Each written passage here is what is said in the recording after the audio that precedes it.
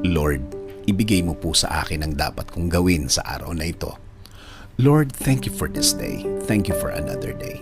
Alam ko na marami na namang opportunity ang darating sa araw na ito. Alam kong darating na ang pagkakataon na inaantay ko, Lord.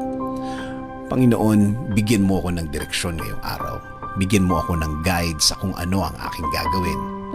Lalo na sa mga problema na dumating sa aking buhay ngayon, na may mga pagkakataon na nalilito na din ako, Lord. Ibigay mo po sa way ko ang mga sagot at solusyon sa mga dalahin ko ngayon, Panginoon. Ilayo mo po ako sa mga pagkakataon at mga tao na naglalayo sa akin sa sagot ninyo sa aking mga problema, Lord. Ilagay niyo po ang mga tamang impluensya sa aking araw-araw, Lord. Mga tamang tao na mag-i-inspire sa akin. Mas magbibigay ng mga paliwanag tungkol po sa buhay at lalong-lalo na sa inyong presensya